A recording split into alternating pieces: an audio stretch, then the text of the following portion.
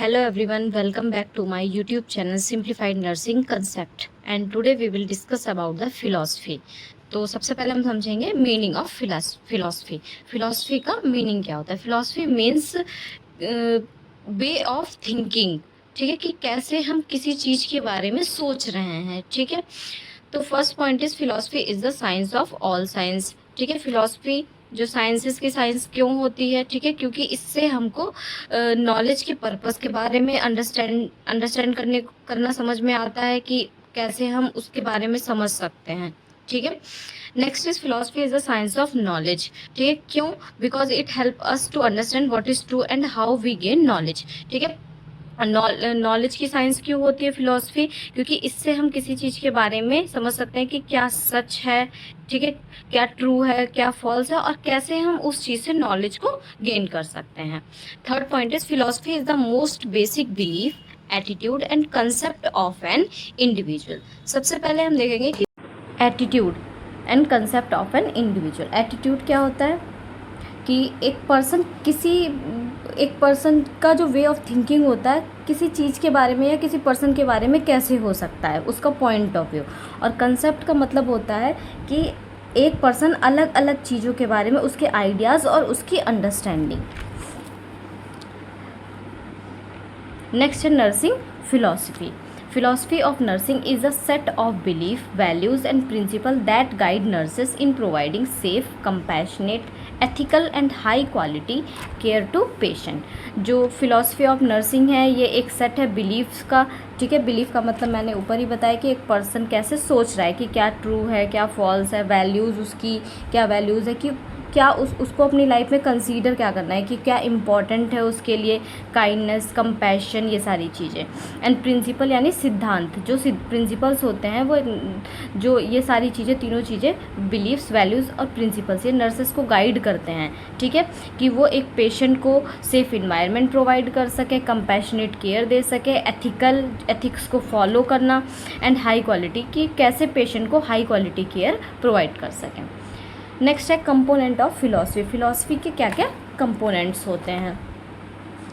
First है person, next है environment, third है health and fourth one is nursing.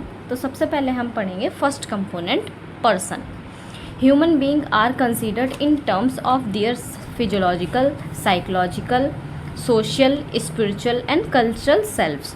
Human beings are viewed in terms of their individual needs and how nursing practice is applied to meet these needs. ठीक है, सबसे पहले person के बारे में पढ़ेंगे कि जो पर्सन है, ठीक है, उसकी मतलब एक हर पर्सन अलग अलग होता है. Every person is unique. ठीक है, हर पर्सन अलग अलग होता है, तो जो उसकी नीड्स होती हैं वो उसके अकॉर्डिंग ही डिफरेंट होती है. ऐसा नहीं है कि अगर 4 पेशेंट होंगे, ठीक है, तो 4 पेशेंट की जो नीड्स होंगी वो चारों की सेम होंगी. हर पर्सन की अलग अलग नीड्स होंगी.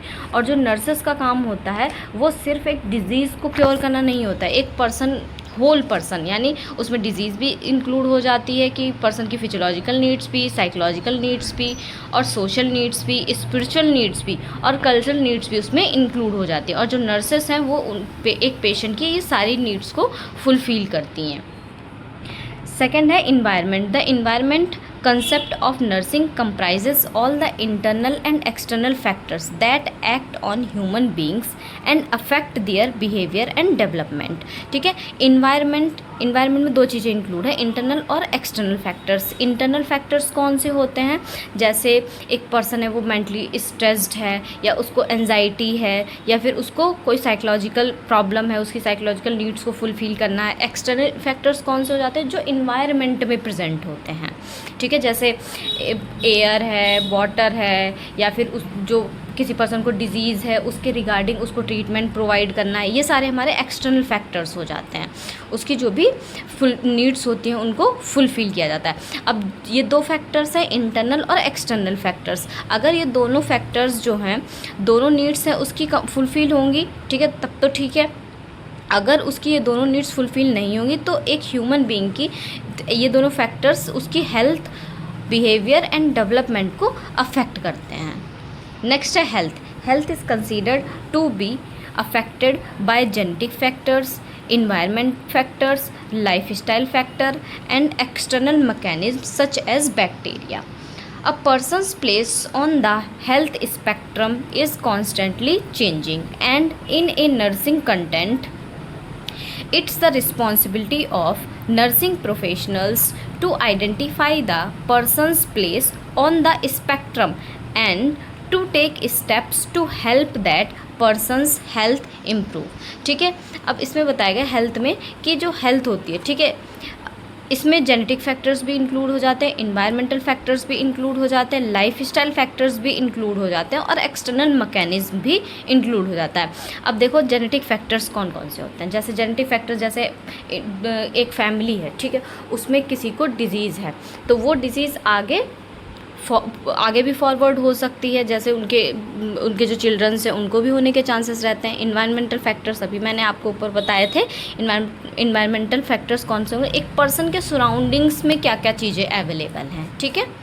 लाइफ स्टाइल फैक्टर्स की, उसका लाइफ स्टाइल किस टाइप का है, वो सारे फैक्टर्स भी उसको अफेक्ट करते हैं हेल्थ को। और एक्सटर्नल मैकेनिज्म जैसे बैक्टीरिया है या फिर किसी इन्फेक्शन है, वायरस वगैरह है, कि वो फैक्टर्स भी उस पर्सन की हेल्थ को अफेक्ट करते हैं। एक पर्सन की जो प्लेस होती है यानी उसकी हेल्थ होती है, ठीक है, वो चेंज होती रहती है। अब नर्सेस का ये काम है कि एक पर्सन की हेल्थ स्पेक्ट्रम को क्या करना है, उसको एसेस करना है कि एक पर्सन हेल्दी है या फिर अनहेल्दी है, ठीक है। अगर वो हेल्दी है, ठीक है, तो उसको हेल्थ प्रमोशन के बारे में बताना है, हेल्दी लाइफस्टाइल एडेप्टेशन के बारे में बताना है। अगर एक पर्सन सिक है तो उसकी डिज़ीज़ को आइडेंटिफाई करना, अर्ली डायग्नोस करना है और उसकी नीड्स के अकॉर्डिंग उसको ट्रीटमेंट प्रोवाइड करना है, ताकि उस पर्सन की हेल्थ इम्प्रूव हो सके और उसको एक बेटर केयर मिल सके। लास्ट है nursing. It refers to the process of caring for the health of human beings and assisting individual in meeting their needs while also teaching them the basics of caring for themself, ठीक है। अब इसमें बताया गया है कि जो process of nursing है, ठीक है, प्रोसेस ऑफ या फिर नर्सिंग प्रोसेस के बारे में पढ़ लेते हैं, ठीक है। नर्सिंग प्रोसेस क्या होती है, सबसे पहले उसमें आता है असेसमेंट, ठीक है। एक जो नर्स है वो क्या करेगी, पेशेंट की कंडीशन को असेस करेगी। असेस करने के बाद वो क्या करेगी, उसका गोल सेट करेगी कि पेशेंट उसकी हेल्थ में क्या इम्प्रूव करना है, ठीक है। गोल सेट किया, फिर उसके बाद वो प्लानिंग करेगी, ठीक है। प्लानिंग के बाद वो क्या करेगी, इम्प्लीमेंटेशन करेगी। इम्प्लीमेंटेशन के बाद इवैल्यूएशन, ठीक है, कि क्या उसका आउटकम आया है, ठीक है। तो जो नर्सेस हैं, ठीक है, वो पेशेंट की नीड्स को आइडेंटिफाई करेंगी कि पेशेंट की क्या क्या नीड्स हैं और मेक श्योर करेंगी कि पेशेंट की नीड्स सारी फुलफिल हो सके और उसको हम एक बेटर केयर प्रोवाइड कर सकें। या फिर उनकी जो बेसिक केयरिंग है उसके बारे में बता सकते हैं, जैसे हेल्थ प्रमोशन के बारे में बता सकते हैं, इलनेस को, किसी भी कम्युनिकेबल डिजीज़ को कैसे प्रिवेंट करना है उसके बारे में भी बता सकते हैं, हेल्थ एजुकेशन दे सकते हैं और उनको बैलेंस डाइट के बारे में बता सकते हैं। ये सारी चीज़ें कर सकते हैं जिससे एक ह्यूमन बीइंग की जो उसकी लाइफ स्टाइल है वो इम्प्रूव हो सकती है। Thank you. अगर आपको मेरा ये वीडियो अच्छा लगा है तो प्लीज़ लाइक करें, कमेंट करें एंड सब्सक्राइब करें। और अगर आपको नोट्स चाहिए हो तो प्लीज़ कमेंट करें, नोट्स आपको भेज दिए जाएंगे। Thank you.